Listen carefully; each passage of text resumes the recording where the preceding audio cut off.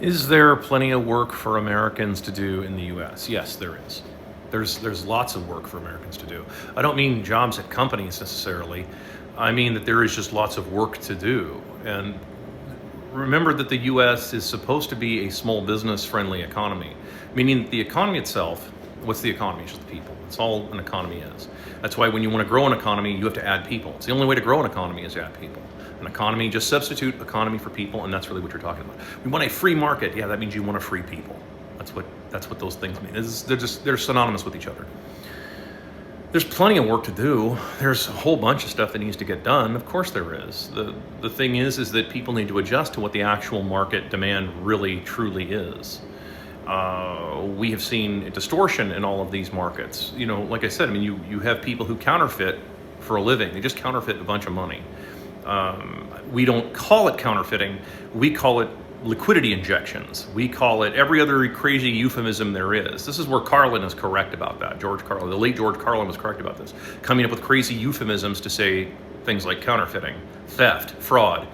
Really simple words that are single syllable, and then we change them to something else.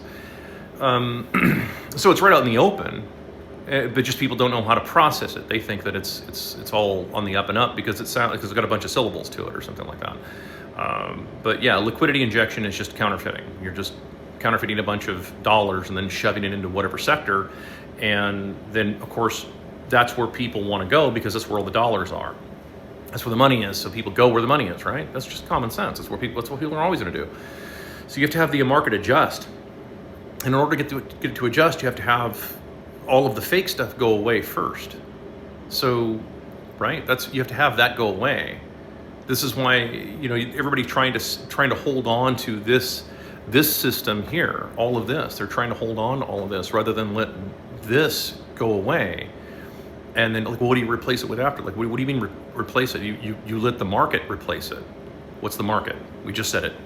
What's the market? It's people. You let people replace it. They will figure it out. People do figure things out. And then, of course, they're going to want to have, you know, their society, their culture, and so on. Like, yeah, that's normal. That's all totally normal stuff that you would do. You would just have. Then you will find the market will tell you where to go. So if there's a market, don't everybody go and become a welder. I'm not telling you to go become a welder. I'm saying if the market says, hey, there's an opportunity for you to go be a welder, you know, not for some big company, but for yourself. And then, you know, you're doing freelance work. Keep in mind, freelance work is actually one of these things that, like, it's sort of like, you know, was sold to people to work 40 hours a week, and then, you know, you would have sort of this easy life. Which it does. I mean, from a business owner standpoint, let me just talk to the younger people for a second here. They're like, 40 hours? Oh my God. Dude, as a business owner, if I only had to work 40 hours and somebody else had to deal with everything else, all the administrative stuff, and all I had to do was just show up and get really, really super good at something for 40 hours and then go home and take my bag of money and go do whatever the hell I want, that's almost like a vacation, right? That's like you could live your life on autopilot. That's boomerism, right? That's the boomers. That's the World War II gen and boomers. They got to do that kind of stuff. That's why many of them have this sort of attitude that they have, because for them it's like they can take their brain out. They don't have to think anymore. They can just go on autopilot and show up at the plant, run the machine for 8 hours, and then go home. And they don't care what happens. They just, you know, right? Okay, so, well, from a small business standpoint, in other words, running your life like a small business, that's freedom. That's exactly what freedom really is. Make no mistake about it. Freedom is difficult.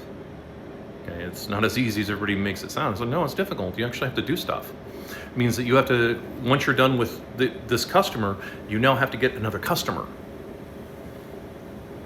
But if you don't have a whole bunch of debt, but of course, the people who create dollars, they don't want you not having debt. They want you having debt because in order to have a dollar, you have to have a debt. Someone has to first be willing to borrow a dollar in order to create a dollar, right? And I've been over this before, and this is like review for a whole bunch of people. But for anybody who happens to find this is new, I've been over this like hundreds and hundreds and hundreds of times. You can just go back to my body of work, dude. Yeah, but that's just how this works. So If you don't have any debt, well, then you don't really have, I mean, you may not have a lot of money, but you also don't owe anything. So imagine like this. Imagine you have, I don't know, you're on a couple acres. You've got a 40 by 60 pole building or something, which is your shop, and you're able to build all the killdozers you want back in there, on your own free time without anybody, spying on you. and yeah, that's just, and you don't have any debt. Okay, well, maybe you don't have a bunch of money, but you also don't have a whole lot of debt. And of course, if you own your land and you own your house, and I've been over this before. I've been over this a couple of times. How close to retirement are you if you own your house, your property, all of the stuff in it, your car and everything, and you don't owe any debt? How close to retirement are you? Pretty close. You're pretty close to retirement. It doesn't take much after that. All you have to do then is just save a little money and not go blow all your money on booze and hookers, right? Right? And that isn't the problem for younger people. What is it? I mean, millennials aren't drinking a whole lot, and Gen Z is basically like almost become a dry community. So there's okay, so if you're not spending that, and if you get control of your OF habit, apparently for some of you guys, get control of that, then saving money shouldn't be an issue. You should be able, for real, there's no reason you couldn't be retired, I use that term advisedly, by the time you're like 45, maybe 50 on the outside, because you don't have any debt and you own all your stuff, and right?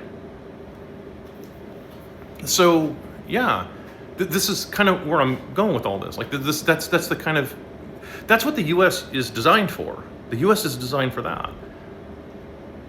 Number one is your type of currency. Number two is your birth rate. This is how you know if your civilization has a chance of even surviving. Number one is your currency. Number two is your birth rate. Number three is your small businesses. Are your small businesses functioning, or are they all being replaced by a bunch of gigantic mega corporate oligarchs that have degrees in theory? They've got a bunch of degrees from all these prestigious sounding bullshit universities that don't know how to do anything. There's a lot of that going on. A lot of that. Yeah, they got the suits and everything, but yeah, dude, it's all built on debt. It's all hyper financed, all of it. So, no, you would have your small businesses, and that's what you would want to do. You'd want to have your small businesses flourishing. And then, of course, number four is, do the people in your own country own their property? Own their property, their businesses, their lives, their livelihood. Do they own all that stuff? And number five is your taxes, because you're not going to get around it. But you want to keep your taxes really, really, really small, so that way that it's easy for people to live, and they're okay with paying taxes, a small amount, if they're actually seeing results. Nothing angers people more than paying for something that they're not even getting the results out of it. I mean, look, you have but to just go over to Birdsite and read people talking about this. Like, why the hell are we paying all these goddamn taxes? We're not getting anything out of it. No, you're not. In fact, you're getting the exact opposite. That means you probably, since this is April, 'tis the season to talk about this. Like, maybe stop giving them money. I'm just saying, maybe stop giving them money. So maybe they can come get it, come collect it. The Vietnamese had a good system for that. Bring the troop, funnel them into into a bottleneck, and then tiger traps and so forth, and smear all the spikes with feces. Maybe do that. Make them earn the tax money. If they're gonna rip you off, make them earn it, dude. Someone's got to lose an eyeball or something, dude. Just start thinking like that.